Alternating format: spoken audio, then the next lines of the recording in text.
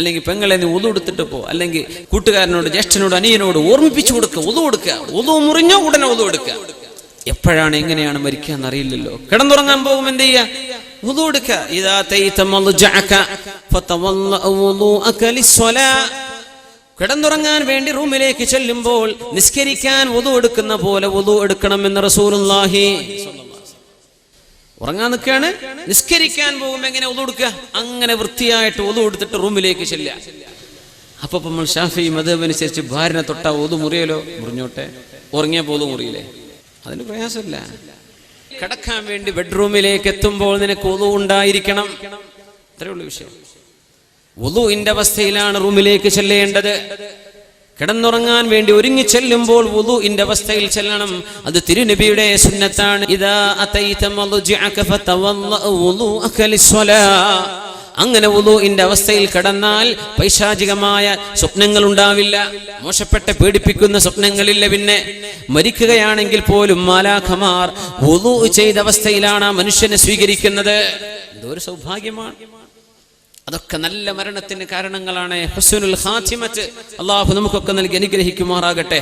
അല്ലാഹു നമുക്ക് നല്ല മരണം തരട്ടെ. ആമീൻ യാ റബ്ബൽ. എത്രയോ ഷഹീദുമാർ, ഇപ്പറഞ്ഞ ഷഹീദുകളിൽ ഏതെങ്കിലും ഒന്നിൽ പെടാനുള്ള ഭാഗ്യം നമുക്കുണ്ടാവണം. അല്ലാഹു നമുക്കത് തരട്ടെ. ആമീൻ യാ റബ്ബൽ ആലമീൻ. എത്രയെല്ലാം ഷഹീദുകളാണ്. അൽ മബ്തൂൻ, ഉലമാ പറയാ ശരീരത്തിന്റെ ഉള്ളിൽ എന്ത് അസുഖം വന്ന് മരിക്കുന്നുണ്ടോ ഷഹീദാണെന്നാണ്.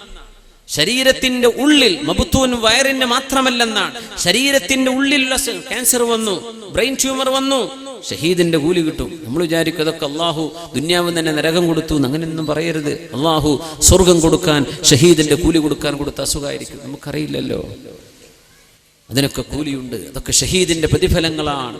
റസൂലുള്ളാഹി സ്വല്ലല്ലാഹു അലൈഹി വസല്ലം തങ്ങളുടെ പ്രിയപ്പെട്ട സ്വഹാബിമാർ, അവിടുത്തെ അനുചരന്മാർ, ഹബീബ് തങ്ങൾ തന്നെയും സ്വർഗത്തിലേക്ക്, സ്വർഗം കണ്ടുകൊണ്ട് യാത്ര പുറപ്പെട്ടവരാണ്. ഹുസ്നുൽ ഖാതിമയുടെ ഒരുപാട് അടയാളങ്ങൾ നമ്മുടെ ഹദീസിന്റെ കിതാബുകളിൽ കാണാൻ കഴിയും. മഹാനായ ഹൻദലത്ത് ഇബ്നു അബി ആമിർ റളിയല്ലാഹു തആല അൻഹു യുദ്ധത്തിലേക്ക് പോയവരാണ്. കല്യാണത്തിന്റെ അന്ന്, വിവാഹം കഴിഞ്ഞ അന്ന് പുതിയാപ്പിളയായി അറയിൽ കഴിഞ്ഞുകൂടേണ്ട നേരത്താണ് യുദ്ധത്തിന് വരണമെന്ന് അല്ലാഹുവിന്റെ റസൂലിന്റെ വിളിയുണ്ടായത്.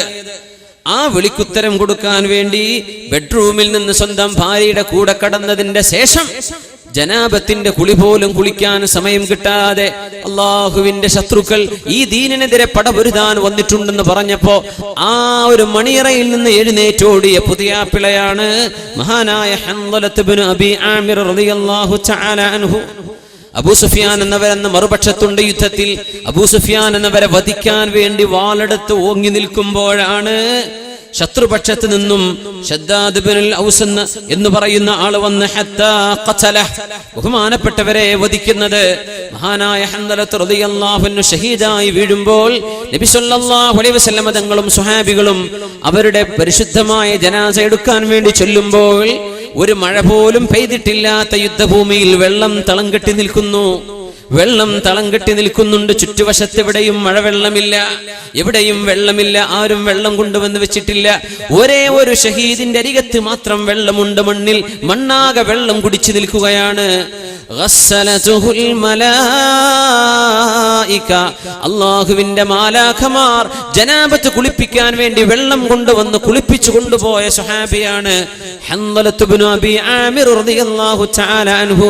എന്തോ ഒരു പോക്കാണത്, സ്വർഗ്ഗത്തിലേക്ക് പോയ പോക്കായിരുന്നു അത്. ഹൻദലത്ത് ഇബ്നു അബി ആമിർ ഗസീലുൽ മലായിക, മാലാഖമാർ കുളിപ്പിച്ച ആളെന്നാണ് പേര്. എന്റെ സ്വന്തം ഭാര്യയുടെ കൂടെ കടന്ന് ഒന്ന് കുളിക്കാനുള്ള അവസരം പോലും കിട്ടുന്നതിന്റെ മുമ്പാണ് യുദ്ധത്തിലേക്ക് ഓടിയത്.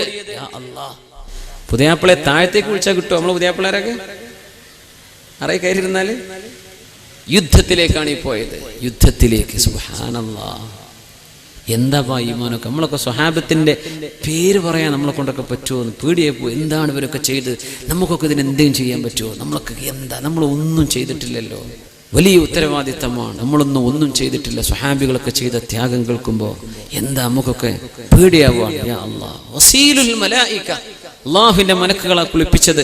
ഹൻദലത്ത് റളിയല്ലാഹു അൻഹുവിനെ വേറെ ഒരു സ്വഹാബിയുണ്ട്, അംറു ഇബ്നു സാബിത്തുൽ അസ്വീരി റളിയല്ലാഹു അൻഹു. അബൂ ഹുറൈറ തങ്ങൾ അവരെ സംബന്ധിച്ച് പറഞ്ഞത്, സ്വർഗ്ഗത്തിലേക്ക് പോയി വലവലം യുസല്ലി ലില്ലാഹി സ്വലാത്തൻ ഖത്തു, ഒരിക്കൽ പോലും അല്ലാഹുവിനെ നിസ്കരിക്കാനുള്ള സമയം കിട്ടാത്ത ഒരു സ്വഹാബി.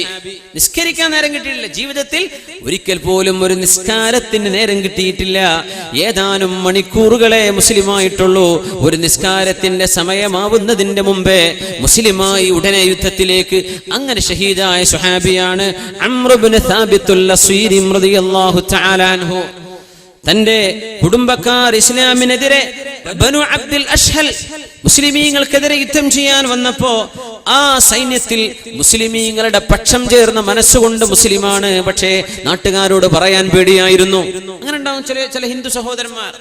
ഇസ്ലാമിനെ പറ്റി മനസ്സിലാവുന്നുണ്ടാവും, ഏതെങ്കിലുമൊക്കെ വാള് പ്രഭാഷണങ്ങൾ ഇസ്ലാമിനെ പറ്റി അറിഞ്ഞിട്ടുണ്ട്, കുടുംബങ്ങളെ പേടിച്ച് മുസ്ലിം ആവാൻ പേടിയാണ്, അങ്ങ് തുറന്നു പറയാൻ പേടി. നിസ്കരിക്കുന്നുണ്ടാവും വീട്ടുകാരറിയാതെ, അള്ളാഹുൽ വിശ്വാസമുണ്ട്, പക്ഷെ തുറന്നു പറയാൻ പറ്റുന്നില്ല.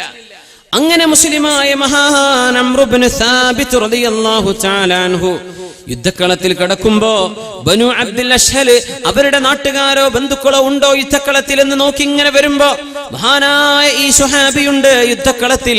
എന്തൊക്കെയോ ചൊല്ലി പറഞ്ഞിങ്ങനെ കിടക്കുന്ന ഒരു കടത്തം കണ്ടപ്പോ അവര് ചോദിച്ചു, യാ അംറു ഇബ്നു സാബിത്ത്, അംറു ഇബ്നു സാബിത്തേ, എന്താണ് നിങ്ങൾ ഈ യുദ്ധത്തിലേക്ക് വരാൻ കാരണം? എന്താണ് യുദ്ധത്തിലേക്ക് വരാൻ കാരണം? നിങ്ങൾ വന്നത് മുസ്ലിമീങ്ങളെ സഹായിക്കാനാണോ അതല്ല ഞങ്ങളെ സഹായിക്കുവാനാണോ? അദ്ദേഹം പറഞ്ഞു, ബൽ റഗ്ബതൻ ഫിൽ ഇസ്ലാം, ഞാൻ മുസ്ലിമായി വന്നതാണ്. ആമൻതു ബില്ലാഹി വറസൂലിഹി, ഞാൻ അല്ലാഹുവിലും അവന്റെ റസൂലിലും വിശ്വസിച്ചിരിക്കുന്നു. എന്നിട്ട് തുമ്മ ഖാതൽതു മഅ റസൂലില്ലാഹ്, ഞാൻ അല്ലാഹുവിന്റെ റസൂലിന്റെ പക്ഷം ചേർന്നാണ് യുദ്ധം ചെയ്തത്.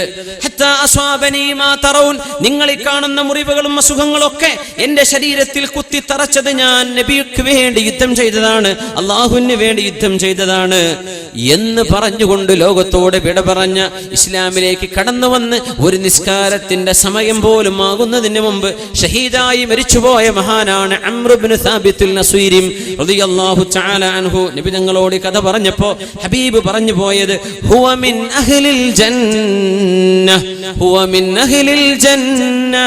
അംറു ഇബ്നു സാബിത്തുൽ അസ്വീരി സ്വർഗ്ഗവാസിയാണ്, സ്വർഗ്ഗവാസിയാണ്, സ്വർഗ്ഗത്തിലാണെന്ന് റസൂലുള്ളാഹി സ്വല്ലല്ലാഹു അലൈഹി വസല്ലം. കാലിന് അസുഖമുള്ള ഒരു സ്വഹാബിയുണ്ട്, അംറു ഇബ്നുൽ ജമൂഹ് റളിയല്ലാഹു അൻഹു. കാലിന് മുടന്തായിരുന്നു. ഉഹദ് യുദ്ധം വന്നപ്പോ മക്കള് വിട്ടില്ല, വാപ്പാ നിങ്ങൾ യുദ്ധത്തിന് വരരുത്, ഞങ്ങൾ പോകാം. ഉഹദ് യുദ്ധം വന്നപ്പോ ബഹുമാനപ്പെട്ടവർ പറഞ്ഞു, നബിയേ, എന്റെ മക്കളോ എന്നെ ബദറിലേക്ക് വിട്ടില്ല, ഉഹദിലെങ്കിലും എനിക്ക് വരണം നബിയേ. അംറു ഇബ്നുൽ ജമൂഹ്, നിങ്ങളുടെ കാലിന് മുടന്തുണ്ടല്ലോ, നിങ്ങൾ എന്തിനു വരണം? അല്ല നബി, എനിക്കൊന്ന് വരണം, എനിക്കൊന്ന് വരണം. എന്നിട്ട് ഞാൻ ആഗ്രഹിക്കുന്നു നബിയേ,